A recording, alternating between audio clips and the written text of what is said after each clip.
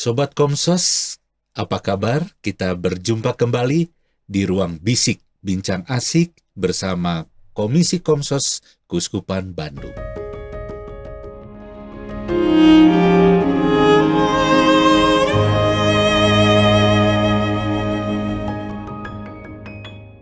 Sobat Komsos, kali ini saya tidak bersama Pastor Postinus, tapi saya ditemani dua orang ibu.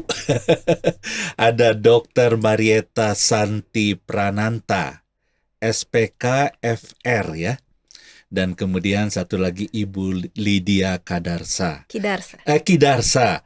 Nah, untuk Ibu Lydia ini siapa dan apa nanti kita akan ceritakan ya. Dokter, sebelumnya saya pengen tahu dulu nih, SPK FR itu singkatan apa ya? SPKFR itu singkatan Spesialis Kedokteran Fisik dan Rehabilitasi. Oh, dokter praktek di mana? Di Rumah Sakit Hasan Sadikin saya. Oh, jadi menangani Kalau saya terutama pegangnya adalah pasien-pasien pediatrik, jadi di bawah 18 tahun. Biasanya kalau dokter SPKFR itu terutama untuk menangani masalah gangguan fungsi.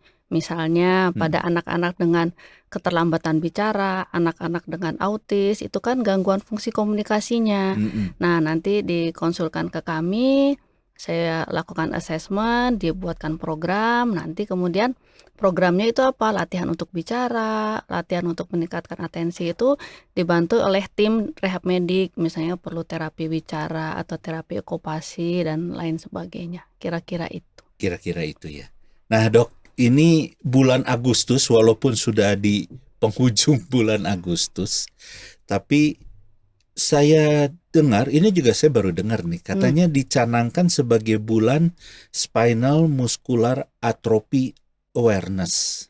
Ya, itu untuk seluruh dunia atau hanya Indonesia? Seluruh dunia, internasional. Seluruh dunia ya. Ya. Nah, apa itu Spinal Muscular Atrophy itu?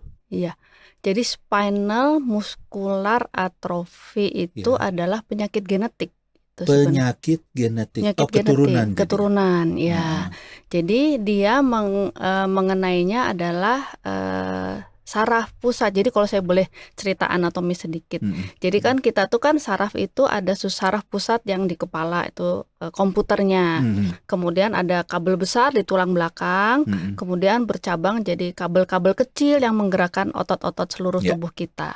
Nah, pada penyakit spinal muscular atrophy yang terkena itu adalah kabel besar di tulang belakangnya itu sarafnya. Oh, besarnya itu yang kabel besarnya ya justru itu yang kena. Nah, karena listrik yang kabel besar yang terkena sehingga menyebabkan kelemahan dari otot-otot, bisa otot-otot yang menopang untuk kepala, menopang untuk tubuh, otot-otot untuk menggerakkan anggota gerak atas, anggota gerak bawah, otot-otot untuk pernapasan, otot untuk mengunyah, otot untuk menelan. Yang terkena biasanya otot-otot itu. Otot itu akan sekaligus terkena semua atau tergantung juga tingkatannya? Ada yang cuma kena otot kaki misalnya gitu? Biasanya bukan tingkatannya, itu karena ada tipenya. Ada tipenya. Ada tipe 1, ada tipe 2, ada tipe 3 dan tipe 4. Tuh. Kalau tipe 1 biasanya terkenanya itu sejak lahir. Jadi waktu dia lahir, sebelum usia 6 bulan tuh sudah timbul gejalanya. Kalau tipe 2 itu setelah 6 bulan, dan biasanya setelah 6 bulan berarti anaknya tuh sudah bisa duduk usia 6 bulan. Tapi dia tidak bisa berdiri dan berjalan. Kalau yang tipe 3 itu adalah setelah 18 bulan. Biasanya anak 18 bulan kan sudah bisa berdiri dan berjalan. Cuma nanti pola jalannya yang agak berbeda. Kemudian dia agak kesulitan kalau misalnya harus lari, loncat yang jauh, yang dengan beban yang lebih, itu kesulitannya. Ada juga tipe 4. Kalau tipe 4 itu biasanya dewasa. Dan biasanya kalau tipe 4 itu gejalanya sangat minimal lah, hampir mirip dengan orang-orang dengan yang normal gitu kalau tipe 4. Oh, nah untuk yang tipe 1 itu kan itu dari lahir sudah ketahuan ya? Iya. Nah, itu gejalanya gimana tuh si bayinya? Ya itu tuh spesifik ya, karena dia kelemahannya otot-otot, terutama yang tipe 1 tuh kan otot-otot pernapasan. Jadi bayinya tuh gerakannya tuh jarang gitu, dia nggak bisa guling kiri kanan. Kemudian karena terutama kenanya otot pernapasan, jadi bentuknya itu ada yang dibilang kayak lonceng bell shape. Jadi dia kalau tarik napas tuh yang ketarik, jadi nggak bisa mengembang dengan baik gitu. Ya, jadi bentuknya tuh kayak ketarik gitu. Terus udah gitu tangannya biasanya seperti ini karena ada kelemahan otot-otot anggota gerak atas ya. Bentuknya tuh seperti ini dan tarik napasnya tuh ini yang ketarik gitu. Sedangkan perutnya kan lebih besar, jadi bentuknya kayak lonceng, dibilang bell shape. Berarti sebetulnya orang tua bisa langsung tahu ya, bisa langsung tahu ya. Jadi kalau misalnya ini anaknya usia misalnya 1-2 bulan, kenapa ya kok napasnya tuh kayaknya agak berat, terus pola pernapasannya yang aneh, tangannya kok pergerakannya minimal, terus dia belum bisa berguling kiri kanan. Nah itu harusnya sudah aware ya. Apakah anaknya juga rewel gitu atau biasa aja seperti bayi biasa? Biasanya kalau misalnya, nah kan kadang-kadang bayi itu kan sudah mulai minum susu gitu kan. Nah waktu dia menyusui itu dia tuh nggak sekuat anak-anak yang normal. Ya, yang bahayanya karena dia kekuatan ototnya kurang, jadi kemampuan untuk minumnya tuh kurang, bahkan sering tersedak. Nanti datangnya ke UGD itu dalam keadaan sesak napas. Jadi sesak napasnya karena tersedak susu ya. Atau mungkin kalau dia kena batuk pilek gitu tuh gampang sekali turunnya. Jadi biasanya datang ke rumah sakit tuh dalam keadaan sesak napas. Pas dilihat tidak seperti anak dengan bayi yang sesak napas biasa gitu. Nanti itu sudah dengan bentuk yang spesifik itu yang bell shape itu, harusnya dokter-dokter harus sudah curiga ini jangan-jangan suatu spinal muscular atrophy yang tipe 1. Oh gitu ya. Jadi ya memang mulai sekarang ini orang tua juga harus lebih aware itu ya tadi ya. Harus memperhatikan juga anak-anaknya. Nah tadi juga dokter menyebutkan bahwa ini penyakit keturunan ya, genetik kan. Jadi bukan sebuah virus atau apa ya? Bukan virus. Ya? Jadi memang SMA, kita nyebutnya SMA ya. SMA ini adalah penyakit genetik. Genetik yang diturunkan dari kedua orang tuanya. Ya. Jadi kedua orang walaupun orang tuanya belum tentu juga menderita itu. Iya. Itu yang disebut dengan karier. Jadi dia membawa gen SMA. Nah, kalau kedua orang tuanya karier, baru nanti manifest ke anaknya. Tapi anaknya juga nggak pasti dia akan menderita SMA. Jadi 25% akan menderita SMA, 50% dia karier membawa, 25% normal kansnya tiap kali punya anak. Jadi memang kalau memang sudah punya anak dengan SMA, itu biasanya harus tes genetik tuh satu keluarga. Harus tes ya? Jadi orang tuanya dites, terus anaknya juga, karena tes genetik itu menentukan prognosa gitu ke depannya. Karena SMA itu kelainan genetiknya itu tidak ada namanya tuh SMN, Survivor Motor Neuron 1, itu yang tidak ada. Nah kita lihat ini kan tidak ada, terus digantikan tuh punya cadangan, namanya SMN2. SMN2 itu tapi kemampuannya tuh hanya nggak 100%. Seperti yang nomor 1 ini. Dia tuh kemampuannya cuma sekitar 10%. Jadi kan kebayang ya, dia harus mengcover pekerjaan yang ini kan, makanya dia jadi lebih lemah. Terus kita lihat sebenarnya dia punya cadangannya itu berapa banyak. Kalau punya cadangannya banyak, bisa punya 4, punya 6 dari tes genetik. Oh, anak ini prognosanya lebih baik. Jadi walaupun tipe 2, mungkin tipe 2 yang kuat gitu. Gitu. Ada tipe 1, mungkin tipe 1 plus gitu ya, karena dia punya cadangan yang lebih banyak. Ya, mungkin dia survive-nya bisa lebih lama. Jadi sebenarnya tes genetik itu diperlukan, walaupun anaknya sudah terdiagnosa SMA, kita perlu tes genetik untuk tahu dia tuh prognosanya gimana sih? Karena menentukan kita nanti kita mau latihnya sampai segimana. Mau kita latih kita genjot atau nggak bisa ini. Nah, pertama untuk menentukan prognosa dan program yang kita berikan. Kedua, jadi orang tuanya tahu dia tuh carrier-nya tuh seperti apa bentuk carrier-nya. Karena kemungkinan anak kalau mau punya anak lagi, nah kansnya itu kan harus tahu 25% akan menderita SMA, 50% karier, dan 25% normal. Karena karier itu sebenarnya banyak. 1:60, kebayang gak sih? 1:60. Ya, Wah, bahkan yang lumayan terakhir itu katanya 1:45. Oh ya? Iya, cuma kan kita nggak tahu ya. Siapa tahu sebenarnya Iya, kita iya. karier. Siapa tahu saya juga ya karier ya. Nggak Cuma tahu karena ya. menikah sama yang normal, jadi tidak manifest. iya, Karena itu iya. kan manifestnya harus dua-duanya Harus karier. dua-duanya karier baru. Iya, baru manifest. Dan manifestnya pun 25% kemungkinan anaknya menderita yang manifest. Sisanya kan enggak. Jadi mungkin saja karier tapi punya anak satu, kebetulan yang 25% yang normal. Iya, Jadi nggak tahu juga. Iya. Atau dia punya anak yang karier, nggak tahu juga, nanti mungkin juga cucunya gitu. Iya. Nah makanya tes genetik itu penting sih. Ya. Nah, Ibu Lydia ini salah satu yang menderita juga SMA ya. Iya. Itu tipe berapa tuh kalau yang tadi dokter jelasin itu? Tipe 3 ya. Tipe 3 ya. Tipe 3 itu berarti dari usia berapa baru tahu?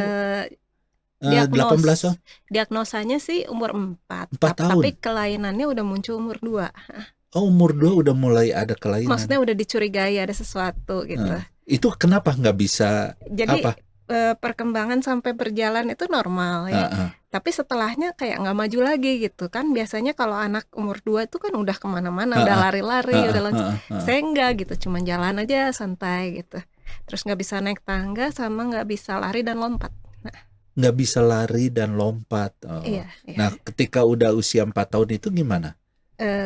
Ya maksudnya setelah dibawa ke sana sini ya akhirnya dibiopsi dan ketahuan gitu. Kalau sekarang udah nggak perlu biopsi lagi. Kalau dulu masih harus ada biopsi. Dulu disetrum, dikasih AMG segala macam. Iya, dulu belum secanggih sekarang ya. Makanya kalau sekarang masih suruh AMG nggak usah sebenarnya, cukup dia di DNA aja sebenarnya. Nah, dengan berjalannya waktu nih, waktu SD gitu, itu kekurangannya apa tuh jadinya? Susah berjalan atau berjalan mah biasa aja, hanya cepet capek aja? Cepet capek ya, sering jatuhnya tiba-tiba. Iya. Jatuh gitu? Jadi tidak kesandung, tidak apa, jatuh aja gitu? Iya. Apalagi kalau kesandung. Kalau kesandung mah udah pasti jatuh. Pasti aja ya. Iya, gitu pasti ya. Jatuh, nggak bisa itu. Terus teman-teman gimana tuh tahu gitu? Teman-teman baik sih, support ya, ngedukung. Jadi mereka dari awal juga udah tahu Ibu Lydia ada sesuatu gitu yang lain gitu. Enggak, ada yang tahu, ada yang enggak. Ada yang tahu juga, ada yang enggak juga. Soalnya kan kita kalau di sekolah kan nggak selalu kesana sini kan, sebenarnya kan cuma jalan aja. Yang pasti ketahuan mah yang kalau saya waktu pindah ke lantai atas gitu kan ketahuan, naik tangganya susah banget. Nah itu terus sampai SMP, SMA itu tambah parah atau sama aja seperti waktu masih kecil gitu? Sebenarnya kalau saya ada peningkatan dalam arti cukup bagus gitu, karena dipelihara yang dari kecilnya itu disuruh aktif. Jadi selain fisioterapi, saya juga ikut balet, ikut masih bisa balet ya? Enggak, ikut-ikutan. Ikut-ikutan aja. Enggak bisa ujian, enggak bisa. Enggak bisa ya. Tapi ya, itu juga salah satu pramuka, mungkin gitu. buat fisioterapi ya. Ya, Mungkin soalnya balet. Ya sebenarnya tata laksananya itu kan ya sebenarnya bisa medis, bisa yang non medis itu berarti program rehabilitasi. Nah program rehabilitasinya itu kan tergantung gangguan fungsinya apa. Kalau yang seringnya tuh yang awal-awal tuh kan kemampuan untuk gerak mobilisasinya. Nah itu yang diberikan program latihannya seperti apa. Nah Lydia beruntung karena memang dari kecil di apa tetap nggak dijagain apa, emang diminta tetap aktif. Itu dengan sendirinya memelihara kekuatan ototnya. Gitu. Jadi memang harus dikasih program latihan. Cuma memang program latihannya itu kan harus spesifik ya. Tiap anak beda-beda. Walaupun sama-sama SMA tipe 2 atau tipe 3. Oh anak ini masalahnya apa ya? Ada tightness nggak di ototnya? Ada stiffness di sendinya? Kekuatan ototnya seperti apa? Latihan diberikan seperti apa? Karena kan kita itu fungsinya kita memelihara kekuatan ototnya selama mungkin ya. Karena sebenarnya sifatnya tuh tidak progresif. tapi kita harus Oh. memelihara. Karena kan Kalau tadi tidak saya bilang dipelihara baru dia turun. makin turun. Karena kan Oh. yang tadi saya bilang SMN 1 sama 2, nah ini yang bekerja untuk ototnya Iya, itu iya. kan yang cadangannya, Iya, bukan yang iya. aslinya. Iya. Karena itu yang cadangannya itu harus dipelihara. Kalau enggak dia lebih mudah turun dibandingkan yang orang-orang yang normal kekuatan ototnya. Nah, Ibu Lydia waktu SMP SMA itu jalan biasa aja tuh pakai kursi roda? Biasa jalan. Biasa aja jalan aja Iya. biasa. Cuma kalau harus naik ke lantai 1 2 itu yang repot. Lama sekali. Tapi masih bisa ya? Bisa. Kelas saya lagi pas kelas 3 SMA di lantai 3. Tapi teman-teman support, syukur. Nggak Puji pernah Tuhan. ada pembulian nih? Nggak Ada yang ngejek-ngejek atau apa gitu karena lain Enggak itu? sih, nggak Nggak ada. juga ya? Cuman saya kagetan gitu. Suka pernah ada yang Kagetan. ngagetin juga. Nah, terus setelah tahu ada sesuatu yang lain nih dibandingkan teman-teman yang lain itu, pernah ngerasa drop gitu, frustasi atau apa? Kenapa kok aku gini? Kan nyalahin juga susah ya. Mau nyalahin siapa? Karena kan ini bukan virus yang masuk gitu loh. Nyalahin orang tua juga gimana gitu ya? Nggak terlalu sih. Nggak terlalu juga. Maksudnya udah cukup sibuk dengan Kalau hal-hal yang dilihatnya lain. sih happy-happy aja. Iya. karena banyak ya Lydia ini, saya kan kenal sama dia udah lama ya. Iya. Jadi udah memang ya kerasa ya Lydia ya banyak yang harus dikerjakan gitu. Jadi kayaknya udah nggak sempet lagi kali ya mikir mau gimana ya. Iya kan kadang-kadang kan kalau kita nih, saya aja kadang-kadang kalau tiba-tiba kesleo aja gitu susah jalan kan kayaknya aduh menderita banget, apalagi ini yang tahu betul gitu kekurangan kita ya.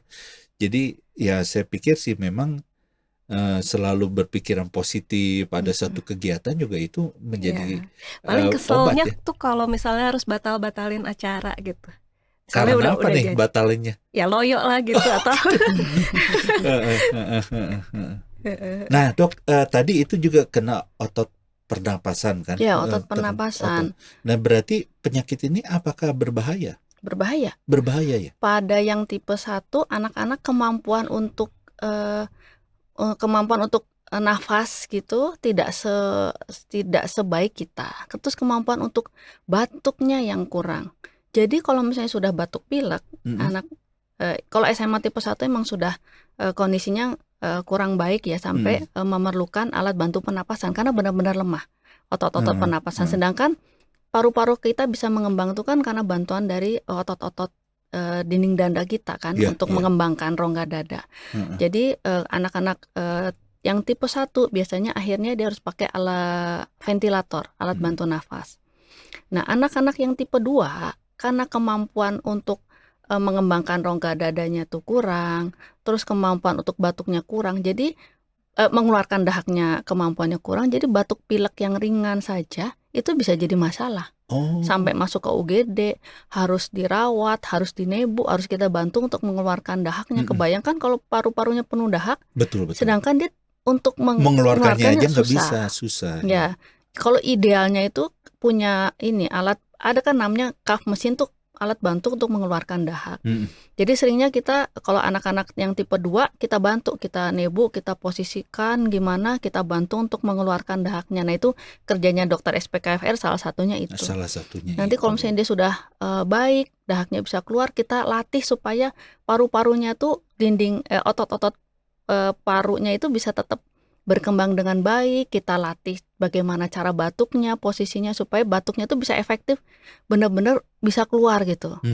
Jadi buat kita yang batuk sederhana aja ngeluarin dahak, buat anak dengan SMA itu sulit gitu. Nah itu yang bikin jadi masalah jadinya. Yang keluar masuk rumah sakitnya itu masalah pernapasan. Pernapasan ya. Ibu Lydia juga pernah ngalamin itu kesulitan pernapasan gitu. Kalau pas lagi ada pas lagi sakit batuk pilek gitu ya pasti kesulitan juga di situ. Pernah sih ya. Tapi bukan asma. bukan. Dikasih obat asma malah nggak bisa, malah Nggak lemes. bisa. Jadi memang harus dikeluarin dahaknya. Tapi nggak jarang sih. Tapi dok, untuk Ibu Lydia ini termasuk yang ringan ya? Karena SMA tipe 3 ya. Karena tipe 3. Jadi Jadi aktivitas sih normal-normal aja ya Normal-normal Lydia. aja. Jadi Cuman lebih lemah aja gitu kan ya Iya. dibandingkan yang jadi mungkin manajemen waktu ya Lydia ya yang harusnya harus harus diatur. sedikit Jadi ya. istirahat itu ya. Jadi Kegiatannya nggak bisa. kalau hari ini ya harus diatur lah ya. Misalnya mau ketemu siapa-siapa harus melakukan apa-apa, mungkin itu yang diatur Ya, ya. intervalnya yang suka lewat gitu harusnya. Nggak boleh terus. Iya semua nanti akhirnya tepar sendiri nanti Jadi yang kecapean. tipe berat itu yang tipe 1 tadi satu. itu yang paling berat ya. Ya. Nah, terus Ibu Lydia ini udah SMA lanjutin ke ITB ya kalau nggak salah ya. Iya. Ke ITB itu ke ambil ITB. apa? Di ITB? Teknik fisika. Kenapa tiba-tiba pengen teknik fisika nih? Saya seneng banget bikin sesuatu gitu. Oh gitu. Papa saya juga dulu teknik mesin gitu. Oh. Untuk Nah, mencoba setelah itu sesuatu yang gimana? baru. Setelah itu saya ambil biomedical engineering. Terus di mana itu? di Surrey di Inggris. Di Inggris. Di Guildford. Kenapa itu ambil itu? Ada sesuatu karena juga SMA-nya ini? Iya, saya mau bikin alat-alat gitu. Memang saya mau support dokter. Oh, jadi memang karena merasa ini perlu banyak orang yang juga yang dibantu, jadi akhirnya kepikiran gitu untuk bikin alat-alat untuk penderita SMA ini. Kenapa nggak diginiin, kenapa nggak digituin gitu kan. Juga waktu kecil kan suka dimotivasi kan, misalnya sama dokternya. Ya ntar kalau udah gede udah bikinin gitu. Oh, setelah itu langsung tuh udah lulus balik Indonesia bikin alat. Nyobain tapi nggak kurang desainnya lah gitu, kurang estetis. Desainnya masih kaku-kaku. Iya, desainnya masih kaku, masih agak ngeri gitu buat anak. Berjalan sih alatnya sih gitu, tapi secara estetikanya kurang enak dilihat gitu. Iya. Nah, kurang appealing gitu buat anak. Terus gimana tuh kalau gitu? Ya saya sekolah lagi gitu, ambil. Sekolah lagi. Industrial Design Engineering. Di London. Di London Royal juga. College Balik lagi jadinya. Sama Imperial. Iya. Balik lagi. Setelah itu baru nemu tuh. Iya. Yang keren-keren itu gitu. Iya. SMA itu bisa disembuhkan nggak, Dok? Ya, itu sekarang masalah. Jadi obatnya tuh sedang clinical trial, obatnya untuk SMA. Cuma karena ini penyakit genetik, jadi obatnya itu juga obatnya tuh ada yang menggantikan yang hilang itu. Ada yang coding ulang ya, memperbaiki kok yang salah itu. Cuma itu mahal banget gitu. Ada yang saya tahu sih, saya baru dengar juga berapa. Jadi ada yang namanya satu obat itu harus dikonsumsi seumur hidup. Setahunnya 5M. Setahun 5M. 5M. Ada satu obat lagi yang katanya karena dia menggantikan gen yang tidak ada itu sekali aja pemberiannya 38M. Itu obat yang katanya menyembuhkan, tapi sekarang masih clinical trial ya, karena obat itu kan nggak sembarangan langsung. Nggak bisa begitu aja juga ketahuan kan. Ya, di Indonesia itu yang sepengetahuan saya ya, baru satu anak itu pun ikut clinical trial di Amerika ya. Iya, nggak di sini gitu. Ya, dia ikut di luar. Jadi kan obatnya ini tidak mungkin orang untuk mendapatkan, emang obatnya juga belum masuk di Indonesia, tapi dengan harga segitu kan sulit sekali ya. Terbatas sekali orang yang bisa berobat. Iya, jadi memang harus ada bantuan dari asuransi atau pemerintah. Ya, apalagi kalau 5M setahun seumur hidup kan sulit ya. Iya, betul sih. Sedangkan penderitanya kan nggak semua orang yang kaya juga 5M setahun kan besar banget ya. Besar banget. Selain itu obat yang sedang clinical trial yang diharapkan bisa menyembuhkan, dan kita harapkan mungkin harganya bisa terjangkau. Kemudian ada program yang saya bilang tadi, program rehabilitasi medik yang kita berikan. Nah, itu kan harus kita lihat dulu untuk anak ini yang dibutuhkan apa, karena dari masing-masing tipe sama tipenya pun programnya bisa berbeda. Nah, seperti yang Lydia alami. Jadi emang harus dipelihara supaya otot-ototnya itu tetap seperti yang awal, jangan cepat menurunnya. Karena kan jadi banyak. Misalnya anak yang sekarang kita lagi problem nih di teman-teman kita ya, Lydia. Jadi anaknya itu waktu itu masih kecil lah, masih SD gitu ya.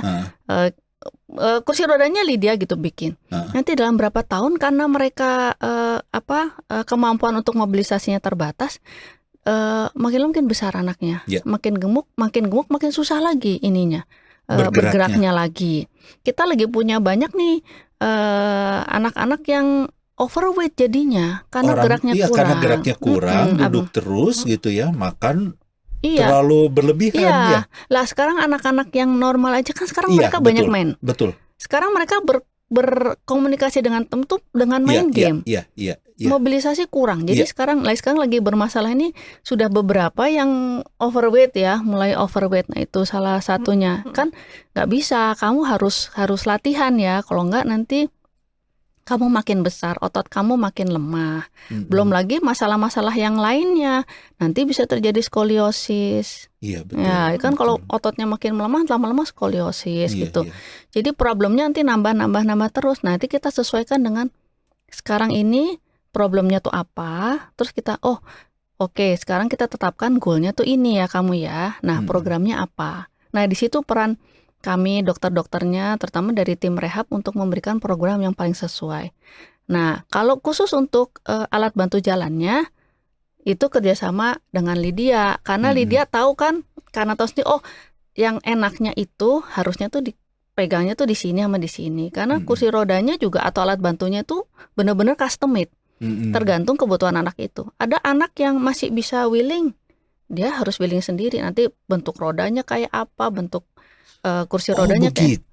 Sampai detil. Jadi Lydia ini bikin alatnya itu personal ya. Tiap orang berbeda-beda ya bentuk dan sebagainya.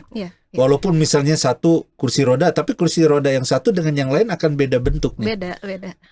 Jadi gitu. tergantung kebutuhan si pasien ya. Nah, kebutuhan atau sama potensinya. Anak ini nih sebenarnya masih bisa kok dia wheeling. Cuma dia minta maunya yang ada listriknya, yang elektrik karena dia malas main net gitu ya. Tapi bilang masih bisa wheeling, jangan yang listrik dulu. Jadi bikinnya wheeling. Membantu juga supaya dilatih. Kalau nggak kan anak main makin begini, lebih nanti makin lemah. Ya, jadi custom made lah semuanya. Jadi memang ini tuh orang tua juga harus ada kerjasamanya ya, harus ada edukasi orang tua ya. Jangan karena anak saya begini, terus dia memang nafsu makannya gede, udahlah apa aja yang diminta itu dikasih aja gitu. Padahal itu juga tidak baik ya. Iya, malah makin cepat menurunnya. Padahal mungkin maksudnya biar nggak capek pakai yang listrik. Iya, saking sayangnya ngelihat anaknya seperti ini terus dimanjain segala macam. Itu juga tidak orang baik. Biasa juga kan kalau habis sakit misalnya tipes atau apa, pas bangun tuh belum tentu langsung bisa jalan gitu. Iya, betul. Lemes dulu mungkin. Nah, ini ada sedikit nih video-video hasil karya dari Ibu Lydia ya, bisa mungkin nanti kita lihat. Nah, ini tadi dokter bilang ini. Nah, ini ada salah satunya ya. Dibikin itu karena anaknya susah jalan, ini melangkah. Nggak bisa nahan berat badannya. Nggak bisa menahan berat badannya. Bisa sedikit tapi nggak bisa jauh gitu. Ini kasusnya lain sebenarnya. Ya, tapi cuman prinsipnya begitu ya. Jadi memang dibuat seperti ini tuh karena sesuai dengan struktur kebutuhan dia ya. Iya. Jadi kita ambil bebannya itu ke si alatnya gitu. Kalau ini anak dicoba juga dulu pakai walker biasa. Nah, ini sakit apa ini? Ini standing frame. Ini kasus CP. Ya, ini belajar berdiri supaya dia bisa aktivitas. Supaya bisa berdiri. Iya, supaya bisa berdiri. Iya ya, aneh-aneh ya bentuknya ya, memang disesuaikan ya. Warnanya lucu. Iya, warnanya juga sesuai dengan dunia anak gitu ya. Mereka ini bisa pilih warna ya si anaknya ya. Bisa. Saya pengen warna biru karena saya senang biru, boleh ya? Boleh. Nah, ini karena anak juga susah jalan. Iya. Ini juga sulit jalan kalau pakai walker biasa. Terus udah gitu dia suka capek, jadi dia duduk dulu tuh. Ini termasuk SMA atau bukan juga ini ya? CP ini. CP. Iya. Nah, tentu bikin ini itu harus ada rekomendasi dari dokter juga ya. Jadi ada kalau resepnya, saya gitu. tiba-tiba bawa anak saya datang, tolong buatkan juga nggak akan bisa ya. Saya pasti bilang udah konsultasi dulu nggak ke dokter Nanti dokter rehab yang kasih terdekat. tahu harus apa di Iya. gitu. Iya, saya sama Lydia sama satu lagi dokter Eliana. Hmm. Kita udah bikinnya macam-macam ya Lydia ya. Yang sampai ini kayaknya digimanain gitu Yang paling ya. susah Ada sih yang yang rumit kembar juga ya? siam, Iya. yang paling Kembar susah. kembar Kembar siam siam yang tidak bisa dipisahkan. Lagi pas pertama kali datang ke kita supaya kan mereka tidur bisa aja. apa jalan gitu. Iya, supaya bisa ke sana sini gitu loh. Waktu itu umur berapa? Masih gitu Iya, aja. cuman gini aja diranjang gitu. Oh. Mau ngegambar juga susah. Bolak-balik gitu ya si Putri Dewi itu. Iya, cuman Sampai- ngesot gitu kan. Sampai sekarang mereka sudah bisa, kan nggak bisa dipisahkan. Kakinya tuh anaknya 2, kakinya 2, Oh, kakinya tangannya- cuma 2. tangannya 4. Jadi nyatu gitu. Sekarang tuh sudah bisa pakai itu ya, Walker bisa. walker udah ini, walker ya terakhir ya, Walker. walker. Jadi Itu udah bisa usia jalan. berapa? Usia berapa? Sekarang tuh SD kelas mungkin usia 8 atau 9 ya. Wah, luar biasa ya. Itu kita dari awal ya Dari Lydia-nya. awal iya. dari masih kecil. Dari Jadi bingung. alatnya terus disesuaikan. Dari terus. bingung kita mau diapain ini. Kita bikin kursi yang nempel. Pertama banget kita bikin kursi gini Kursi supaya gini. dia bisa gambar-gambar gitu. Supaya dia bisa aktivitas. Gak ada ini ya, padahal ada. Jadi kursinya Ada, padahal nempel. nggak. Terus jadi anak-anak yang satu, karena awalnya tuh anaknya tuh bisa tengkurap. Cuma yang satu kan nahan pakai tangan kiri, satu nahan pakai tangan kanan. Walaupun 4 ya sebetulnya kan Iya, tangannya. cuma kan pas tengkurap. Oh, iya. Yang kasihan yang nahan pakai tangan kanan, dia agak susah karena sambil nahan. Yang nahan pakai tangan kiri dia kan bisa aktivitas. Nah, kembarannya nahan pakai tangan kanan, dia agak susah aktivitas karena harus nahan badannya. Nah, dari situ baru keidahan kita bikinin kursi. Kursinya juga kayak kursi berhadap-hadapan dengan ada ininya masing-masing sendiri. Saya kursinya kita kasih roda bawahnya. Terus udah gitu bisa dilepas. terus bisa ditumpangin lagi ke kursi roda gitu. Jadi Itu- bisa outdoor kan. Itu yang paling seru ya. Proyek yang paling seru sampai bisa berdiri kita bikinin walker. Kita latih di treadmill. Pokoknya benar-benar lah kita ikutin terus. terakhir saya dapet loh itu bisa berdiri tanpa kan? walker. Iya kan terakhir berdiri dia. Tanpa walker. Wah. Tapi nggak bisa belum bisa jalan sih, tapi dia bisa baru berdiri saja. Iya. dipamerin aja gitu ke saya. Karena masih kontak Maaf ya, boleh. masih kontak sama kami gitu. Jadi kita tahu perkembangannya. Ini kalau misalnya jadi begini, kita ganti lagi, kita kasih latihannya ini gitu. Oh iya. Nah, Dok, kembali lagi nih ke SMA ini. Ya. Semua penderita SMA itu bisa hidup normal seperti manusia biasa nggak sebetulnya? Ya, mungkin kita definisi normal tuh apa? Ya, kalau normal anak-anak tuh normalnya apa? Bisa main, bisa sekolah, bisa. Bisa ya? Bisa. Cuma dengan keterbatasan. Iya. Nah, itu tugas kami yang orang-orang medis nih. Bagaimana mengatasi keterbatasannya? Misalnya, karena anak-anak SMA itu kecerdasannya tuh di atas rata-rata. Contohnya nih. Iya, contohnya. Bisa bikin Iya. alat-alat yang luar biasa. Ya, mereka rata-rata kecerdasannya di atas rata-rata. Jadi anak tuh kan pokoknya belajar dan bermain. Oke, kalau untuk ke sekolah masalahnya apa? Masalahnya dia cepat capek atau masalahnya dia harus pakai kursi roda. Nanti kita buatkan kursi roda. Terus bermainnya nggak kita batasi. Boleh pengen main bola, boleh main bola. Kamu jadi kipernya. Pengen main layangan, boleh main layangan dengan alat bantu. Jadi bisa dia berfungsi seperti anak-anak seumurnya belajar bermain. Itu yang harus kita fasilitasi gitu. Termasuk yang dewasa yang butuhkan apa? Saya mau bisa bekerja, saya mau bisa pergi-pergi ke luar negeri. Nah, itu yang kita bantu. Jadi normal dengan kualitas hidup yang baik bisa aja ya. Iya, kalau kita bilang normal itu sesuai dengan kondisinya ya. Caranya beda ya. Caranya Cuma caranya beda. aja ya, Dengan beda ya. keterbatasan kita bantu mengatasi keterbatasannya. Normal hidupnya. Nah, Ibu Lydia punya motivasi apa nih sampai kepikiran bikin itu? Karena merasa banyak yang harus dibantu atau gimana? Iya. Oh ya gitu. Terus saya juga merasa udah bersyukur ya sebenarnya dikasih penanganannya baik banget gitu untuk saya gitu, cepet gitu orang tua saya dan menghubungi dokter-dokter dan menghubungi fisioterapis dan ada kolam dan sebagainya gitu itu udah yang baik gitu. Jadi support orang tua itu berpengaruh besar Sangat ya. sangat ya. berpengaruh, support orang tua, support keluarga. Nah, apakah di Indonesia itu banyak dok kasus SMA ini? Setahu dokter? Ya, kalau yang data terakhir, karena ini kan termasuk rare disease, penyakit langka. Data terakhir yang ada di komunitas kami itu 82 dengan berbagai tipe. 82, 13 yang sudah meninggal. Nah, ini yang kuning-kuning ini juga ada. Oh iya, ini kaos kami nih, komunitas SMA Indonesia. Iya, SMA Indonesia. Jadi ada komunitasnya juga ya? Ada, tempat kami kumpul. Nah, di komunitas itu, di grupnya kami itu ada 150-an orang lah. Jadi ada orang tuanya, ada anaknya, yang kan anaknya ada, kan anaknya ada yang sudah remaja, ada yang sudah dewasa, ada tenaga medis, ada relawan, nah semua kita ngumpul di situ jadi satu. Nah, itu biasanya ngapain aja nih? Curhat-curhat. Ya, terus ini kalau misalnya kita perlu apa di mana ya? Kalau ini saling karena, ini ya, jadinya saling support gitu saling support gitu. Dulu sih waktu sebelum pandemi kita masih suka ada kumpul bareng. Oh, bisa kumpul bareng ada gitu. Kayak penyuluhannya gitu kan. Ada penyuluhan, terus main lah. Ada permainan. Face painting lah. Kan ini dari seluruh Indonesia ya? Iya. Banyak juga dari daerah-daerah gitu kumpul itu. Karena yang terbanyak itu di Jawa Barat, jadi seringnya kita kumpulnya itu di Jawa Barat dan Jawa Tengah.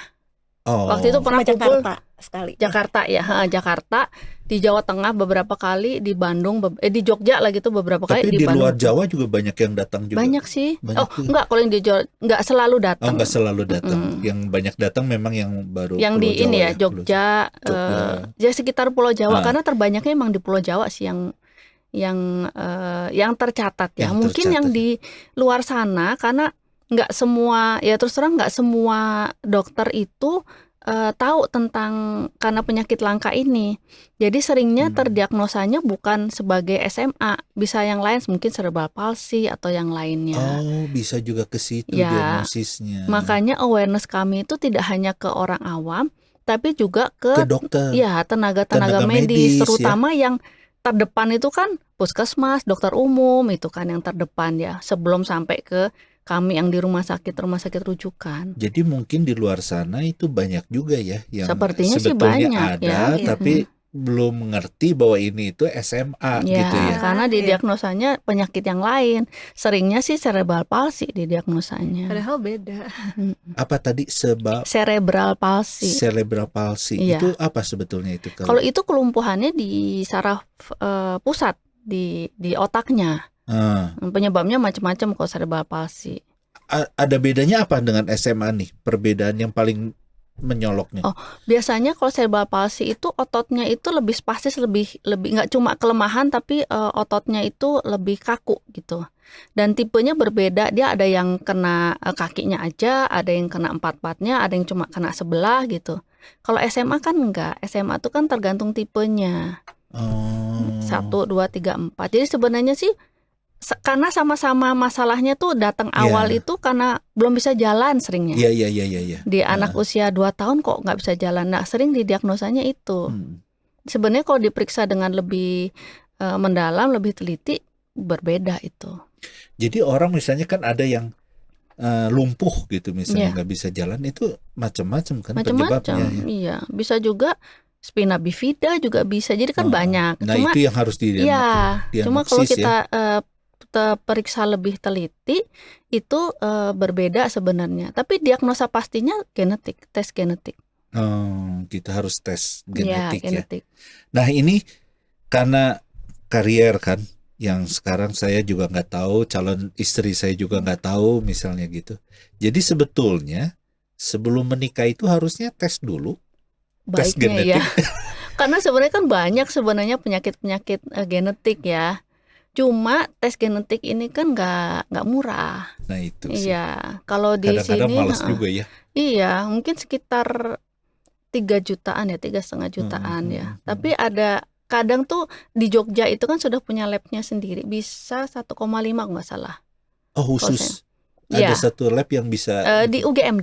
Oh, di Sarjito UGM. ya. Dokter Diana itu 1,5 itu. Tapi kalau yang lain yang resminya sekitar 3 juta. Tapi memang seharusnya perlu juga ya, jangan nganggap enteng kan yang seperti ini kan. Mungkin sih sebaiknya kalau ada anggota keluarganya itu yang harus lihat ya riwayatnya ya sebelumnya ya. Ya, jadi di keluarganya itu ada nggak? Nah sebaiknya sih kalau misalnya ada tes genetik. Kalau di luar itu sebenarnya, nah ini sebenarnya yang inginnya tuh tes genetik itu di cover sama pemerintah. Karena kalau di luar itu untuk SMA ini tes genetiknya sudah rutin. Pada anak yang baru lahir dilakukan tes genetik. Dibiayai oleh pemerintah. Kalau di luar negeri, di kita belum. Harusnya ke situ juga ya. Iya, ada nggak dokter usaha-usaha untuk udah dari dari komunitas sudah bergerak, tapi belum banyak tembus. Sih. Belum. Siapa tahu setelah nonton Bisik ini bisa orang-orang yang memang kompeten di bidang ini bisa lebih menyadari itu ya. Nah, untuk Ibu Lydia sendiri nih, kebanyakan ya punya pasiennya itu atau kliennya ini anak-anak atau juga orang dewasa? Anak-anak banyak ya. Anak-anak banyak ya. Dan kebanyakan gimana? Merasa happy dibantu atau gimana nih? Iya, sejauh ini merasa happy dibantu. Saya selalu timbal balik juga dari awal kan saya pakai kebutuhannya saya gali dulu gitu. Dan setelah jadi pun masih sebelum dibawa pulang masih saya tanya gitu apa yang kurang gitu. Jadi bisa langsung diperbaikin gitu. Nah, setelah misalnya dibuatkan itu masih suka ada kontak komunikasi dengan masih ada. Oh, jadi kita tahu ya alat itu memang dipakai atau enggak gitu. Ya nggak tahu tergantung orangnya juga kalau yang kabur ya. Ada juga yang nggak tahu gitu kabarnya gitu juga ada juga ya. Nanti datangnya berapa ini kemudian. Nah itu bahaya kalau yang pakai support itu terus udah gitu harusnya dikontrol misalnya saya bilang setahun sekali atau 6 bulan sekali dia nggak diiniin kan supportnya segini tuh. Nah terus nanti dia membesar kan jadi gemuk kan. Terus dia bisa muntir gini gitu. Jadi malah jadi merusak. Jadi gitu. tetap berkala juga ya itu harus di-adjust ya. Harus di-adjust juga ya. Selama dia masih pasien rutin di dokternya gitu, ya nanti balik lagi ke saya gitu. Tapi kalau kadang-kadang kan orang suka shopping ya, pindah-pindah gitu terus menghilang aja. Pas balik udah muntir-muntir gitu. Nah, jadi kalau yang SMA ini harus berkala juga ini rehabnya harus berkala terus menerus ya. Harus terus menerus ya. Tapi ada beberapa yang oke, sekarang sudah bisa home program gitu lakukan, tapi tetap dalam pengawasan. Maksimal 3 bulan tuh udah harus kontrol lagi, ada keluhan apa gitu. Ya, itu yang harus terus diperhatikan ya berarti ya. Iya, waspada. Harus waspada. Nah, waktu bertemanan nih yang udah cukup lama ini. Udah lama banget. Dokter ngelihat Lydia ini seperti apa nih Ibu Lydia ini?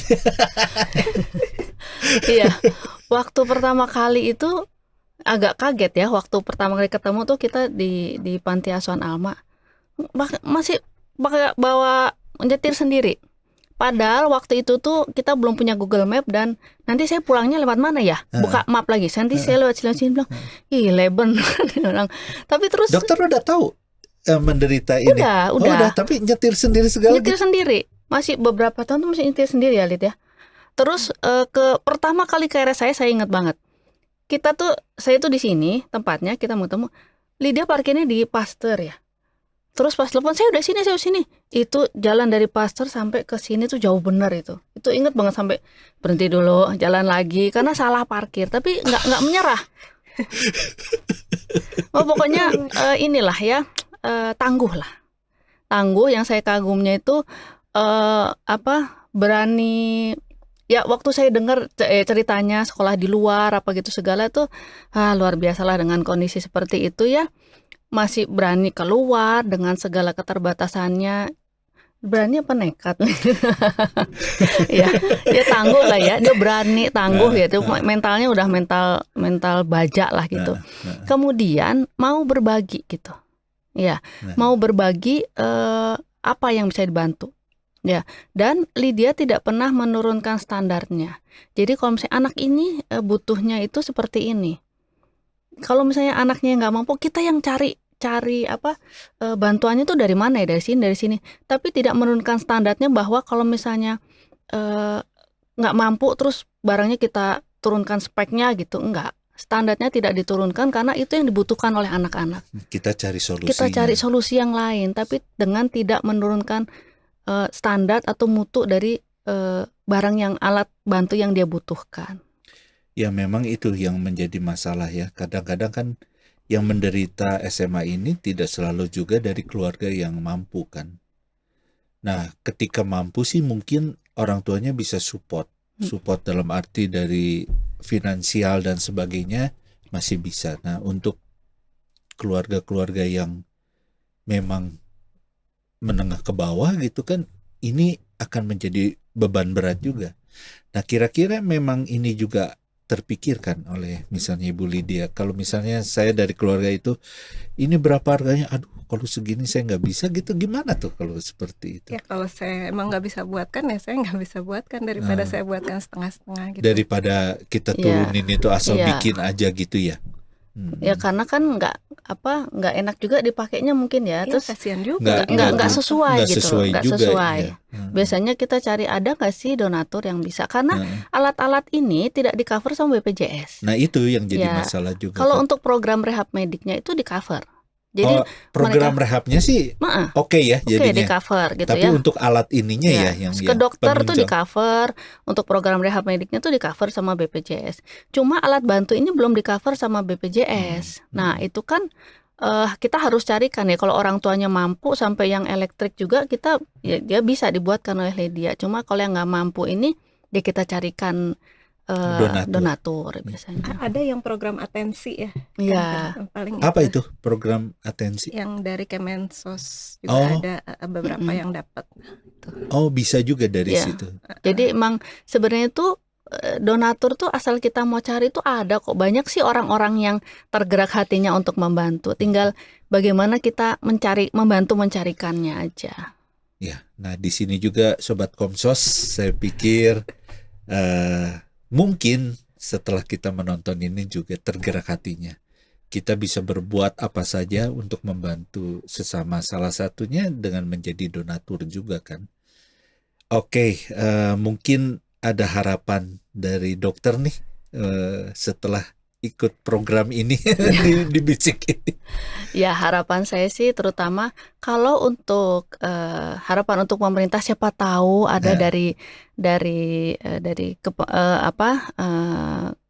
pemerintah yang mendengar gitu. Saya yang diinginkan pertama mungkin deteksi dini itu bisa di cover ya, tes genetik itu bisa di cover penting karena itu kan nggak murah ya.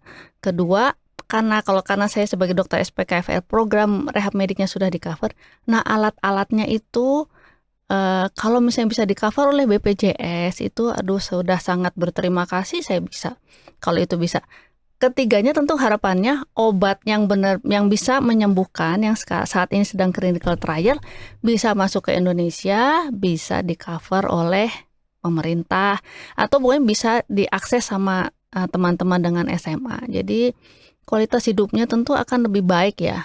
Dengan keterbatasannya bisa kita minimalisir. Itu harapan saya. Terima kasih nih. Mudah-mudahan harapan ini juga ya menjadi harapan kita bersama. Nah, kalau dari Ibu Lydia apa nih kira-kira pesan dan harapannya? Iya, saya kasih pesan untuk orang tua gitu supaya tetap semangat, dukung anak-anak gitu, memandirikan gitu, dan juga buat anak-anaknya supaya tetap semangat juga menjalani hidup sehari-hari gitu. Dari saya itu. Baik, Sobat Komsos, hari ini kita belajar banyak. Yang pertama kita mengenal lebih jauh soal SMA tadi. Yang kedua, cobalah kita lebih peduli pada orang di sekitar kita. Kalau orang yang mempunyai kekurangan saja bisa berbuat begitu banyak, kenapa kita yang sehat dan normal, kita hanya diam saja? Banyak cara untuk membantu sesama kita, baik itu aktif, bergerak, ataupun memberikan bantuan finansial. Baik Sobat Komsos, sampai di sini dulu program Bisik kali ini. Terima kasih, kita berjumpa kembali di program Bisik selanjutnya. Salam.